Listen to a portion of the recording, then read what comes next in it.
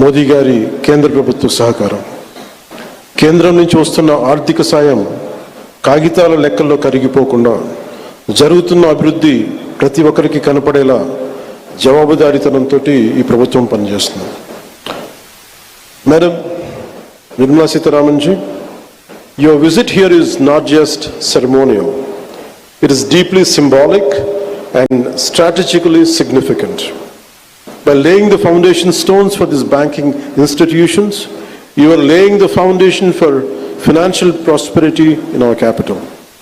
It is a reaffirmation of the central government's commitment to Andhra Pradesh and a personal endorsement from you and Honorable Prime Minister Shri Narendra Modi ji of our developmental vision.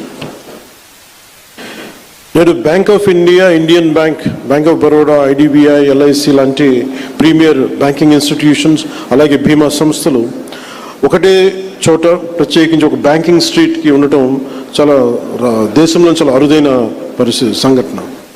అలాంటి దానికి పునాది వేసిన banking street Amaravati నగరానికి ఆర్థిక శక్తినిచ్చే అతిపెద్ద అడుగు. ప్రధాన బ్యాంకుల కార్యాలయాలు, ఆర్థిక సంస్థలు ఒకటే చోట ఉండటం వల్ల ఆర్థిక కార్యకలాపాలు, వ్యాపార లావాదేవీలు చాలా వేగంగా పుంజుకుంటాయి. పెట్టుబడిదారుల విశ్వాసం పెరుగుతుంది. ఆ విశ్వాసం అమరావతిని ఆర్థిక కేంద్రంగా నిలబెడుతుంది. దీనికోసం 1300 కోట్ల పైగా పెట్టుబడి, 6500 మందికి జీవనోపాధి ఎంప్లాయ్మెంట్ జరుగుతుంది.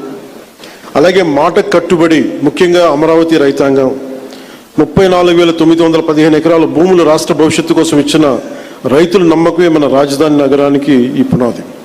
నేడు పునాది వేసింది కేవలం భవనాలకు కాదు, ఆంధ్రప్రదేశ్ భవిష్యత్తుకు పడిన పునాది. ఇది అమరావతికి ఆర్థిక కేంద్రం, విద్యా కేంద్రం, ఒక పరిశోధనా కేంద్రం, ఒక మంచి పరిపాలనా కేంద్రంగా ఎదగడానికి నేటి పునాది బలం చేకూరుస్తుంది. ఈ క్రమంలో కేంద్రం నుంచి అందుతున్న సహకారానికి నిర్మలా సీతారామన్ గారికి ప్రత్యేకంగా ధన్యవాదాలు తెలుపుకున్నాం.